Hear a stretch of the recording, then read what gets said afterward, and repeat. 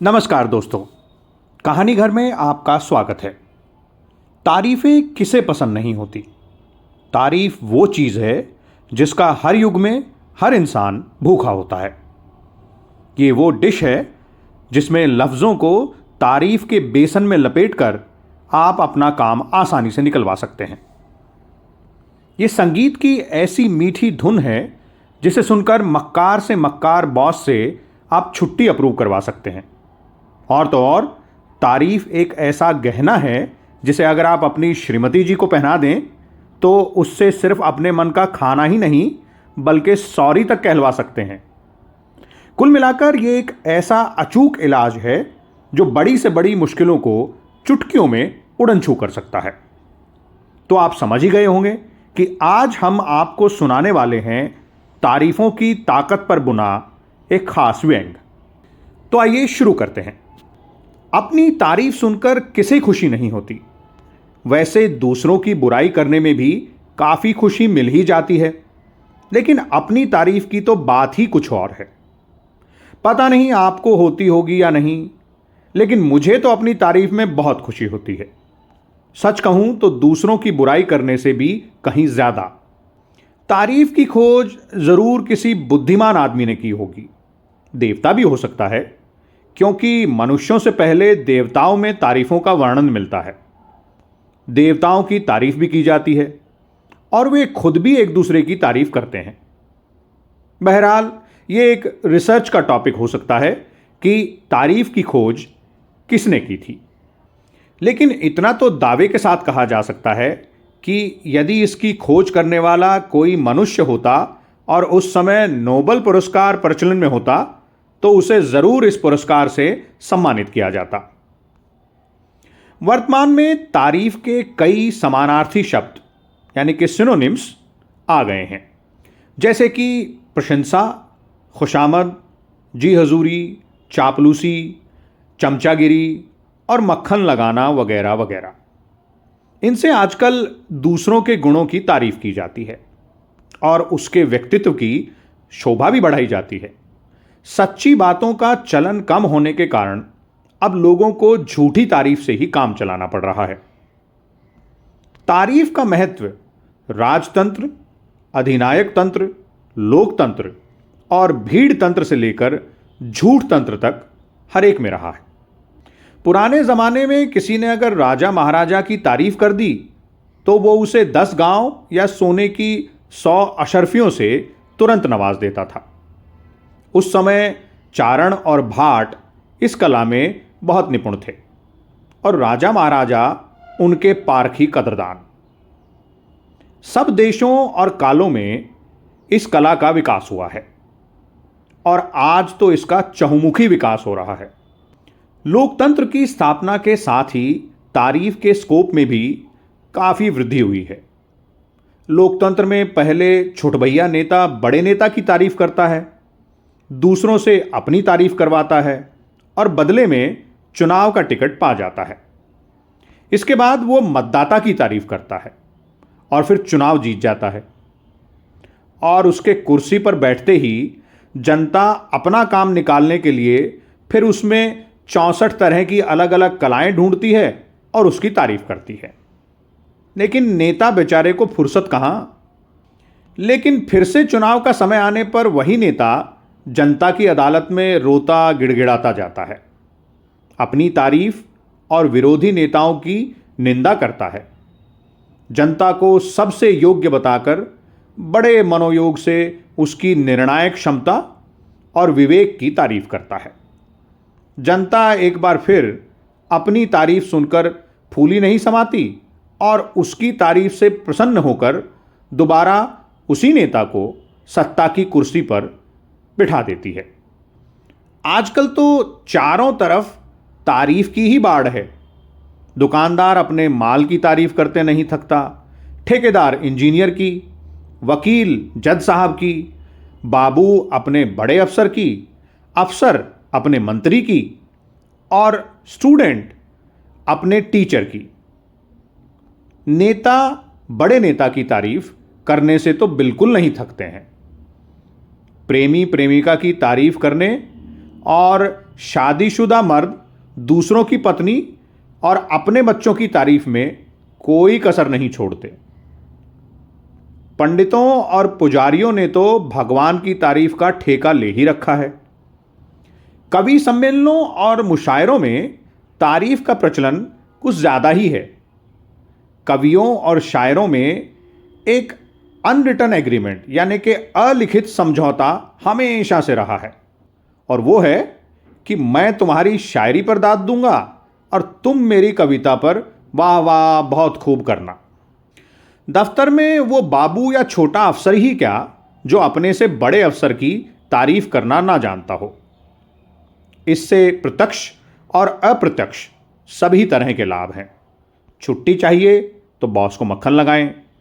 किसी गुप्तचर की भांति बॉस के किसी ऐसे गुण या प्रतिभा का जिसका पता उसे खुद भी ना हो उसका पता लगाएं, और फिर देखिए मज़ा, बिना किसी एप्लीकेशन के ही झट से छुट्टी मंजूर। जिस बॉस को काम नहीं आता हो उसकी प्रशासनिक क्षमता, और जो बॉस बेईमान हो उसकी ईमानदारी के गुण गाइए। उसके बाद ठाठ से बैठे रहिए या फिर निश्चिंत घूमिए।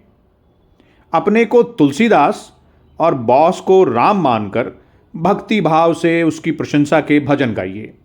फिर देखिए दफ्तर रूपी फाइलों के भव सागर से वो आपको कैसे पार लगाते हैं। साल के अंत में अपनी गोपनीय रिपोर्ट में आपको सबसे ज़्यादा कर्मठ, ईमानदार और मेहनती लिख देंगे। घर में पत्नी की तारीफ कीजिए। पत्नी की बनाई कच्ची सब्जी और जली रोटी की तारीफ करने और उसे खाने की क्षमता यदि आपके अंदर नहीं है तो फिर जनाब माफ़ करिए, उसे अपना भेजा खिलाने को तैयार रहिए। कुछ लोगों की दूसरों की तारीफ करने की जन्मजात प्रवृत्ति होती है। वे तारीफ करने के लिए इस कदर लालायित रहते हैं कि जब तक वे किसी की तारीफ कर नहीं लेते तब तक वे बेचैन ही रहते हैं। यदि तारीफ करने से लाभ की संभावना हो तो तारीफ करने के लिए उनकी बेचैनी और बढ़ जाती है। एक कॉलेज में एक प्रिंसिपल ने चार्ज लेते हुए अपना परिचय दिया। बोले, बंदे को चिराग अली कहते हैं। तभी एक अध्यापक ने तपाक से उनकी तारीफ करते हुए कहा, हुजूर, चिराग अली को मारिए गोली, आप तो रोशन अली हैं, आफताब अली हैं। अब आप ही बताइए, ऐसी तारीफ पर कोई कुर्बान कैसे ना हो। कुछ लोग ऐसे भी हैं जो अपनी तारीफ करने के लिए मजबूर हैं। उन्हें अपने मुंह मियाँ मिट्ठू बनना ही पड़ता है। रेडियो और टीवी में एडवर्टाइजमेंट देने वाले इसी क्लास में आते हैं। वे अपने प्रोडक्ट्स की तारीफ इस तरह से करते हैं कि हम ना तो उनके तारीफ करने के ढंग की तारीफ किए बिना ही रह सकते हैं और ना ही उनका प्रोडक्ट खरीदे बिना। तारीफ की तारीफ सुनकर मैं भी एक सज्जन से उनकी तारीफ पूछ बैठा। वे कहने लगे, अरे साहब, हमारे बालों को देखकर आपको नहीं लगता कि हम पक्के राष्ट्रभक्त हैं? अब भला बालों से राष्ट्रभक्ति का क्या संबंध हो सकता है? मैं इस बारे में सोच ही रहा था कि वे तपाक से बात को आगे बढ़ाते हुए बोले, नहीं समझे ना, चलिए हम समझाते हैं।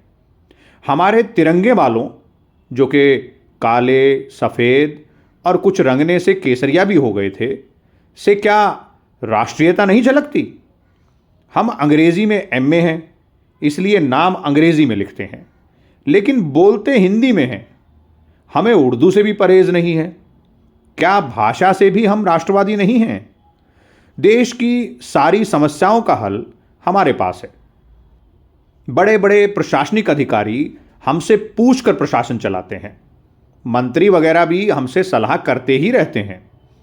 बस हमारी पत्नी और जान पहचान के लोग ही हमारी बातों पर थोड़ा बहुत संदेह करते हैं। आपको तो कम से कम संदेह करना चाहिए। इतना कहकर वे चुप हो गए। लोगों को उनकी बात पर संदेह हो या ना हो, लेकिन मुझे उनकी बात पर संदेह ना करने में अपनी भलाई ही दिखाई दी। फिर कल बाजार जाते हुए अपनी गली में ही दिलजला भटकन जनाब मिल गए।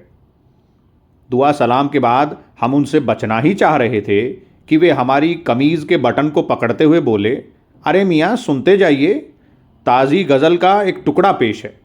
जब तक मैं संभलता उन्होंने टुकड़ा मेरी ओर दाग दिया और बोले, रात रानी से खा गया धोखा, आओ अब गमलों में कैक्टस उगाएं। साहित्य और उसके मर्म से अनजान मैं ये सब सुनकर चौंक पड़ा। रात रानी? कौन रात रानी? चलो मानो कोई हो भी, मगर ये भटकन साहब उससे क्या धोखा खा गए? और फिर उस धोखे से आखिर कैक्टस का क्या संबंध है? मान लिया कोई संबंध है भी, तो ये साहब गमलों में कैक्टस उगाएं या झाड़ झखाड़, मुझे इससे क्या लेना देना? और ये हजरत मुझे क्यों उलझा रहे हैं? मेरा चिंतन जारी ही था कि उन्होंने फिर से टोक दिया, अरे मियाँ, अब क्या दाद भी न दोगे? जी में आया कि इन्हें दाद के साथ साथ खाज खुजली भी दे दूं, लेकिन उन्हें पास की चाय की दुकान की ओर बढ़ते देख मैंने उनका इरादा भांप लिया। अंदर से दुखी और बाहर से प्रसन्न कद्रदान जैसी मुद्रा बनाकर मैंने कहा, वाह साहब वाह, क्या चीज़ पेश की है, खूब, बहुत खूब। और परिणाम बहुत अच्छा रहा। उन्होंने मुझे गर्मागर्म चाय का प्याला और ताज़ा बर्फ़ी के 2 टुकड़े पेश कर अपने एहसान फरामोश ना होने का पक्का सबूत दे दिया। ऊपर से मेरी कद्रदानी की जो तारीफ की वो अलग। कभी कभी खाली तारीफों से काम नहीं चलता, तो तारीफों के पुल बांधे जाते हैं। पुल बांधने वाले बिना असफलता की डुबकी के अपने लक्ष्य के पास खटाखट पहुंच जाते हैं। इन पुलों की विशेषता ये भी होती है कि बनने के बाद अक्सर हमारे यहाँ ठेकेदार और इंजीनियरों के बनाए पुलों की भांति ये जल्दी नहीं टूटते। वैसे हमारे धर्म के ठेकेदार संप्रदायों को जोड़ने वाले पुल के निर्माण का भरसक प्रयास कर रहे हैं, लेकिन उन्हें अभी तक इसमें सफलता मिल नहीं पाई है। यदि कभी ऐसा हो जाए तो ये वाकई काबिले तारीफ होगा। खैर छोड़िए, मैं भी एक आदमी हूँ, मुझे अपनी तारीफ करने और करवाने की ललक उठती रहती है। पहले झिझकता हूँ कि किसी से कैसे कुछ कहूँ, लेकिन फिर अपने को रोक नहीं पाता, इसलिए विवशता में कहना ही पड़ता है कि आओ मेरी तारीफ करो। तो दोस्तों, अगर आपको भी अपने बिगड़े काम बनाने हैं तो आंखों में अपनापन और प्यार भरकर तारीफ करने के सफ़र पर निकल पड़िए। फिर देखिए सारे काम कैसे बनते हैं। और हाँ, अगर ऐसा कोई यादगार किस्सा आपके साथ भी हुआ है तो हमारे साथ साझा ज़रूर करिए। हमारी कहानियाँ और व्यंग आपको कैसे लगते हैं ये भी हमें बताइए, और कहानी घर की थोड़ी सी तारीफ अपने जानने वालों तक ज़रूर पहुँचाइए। आप जैसे सुनने वालों का और देखने वालों का बहुत शुक्रिया। जुड़े रहिए कहानी घर के साथ। नमस्कार।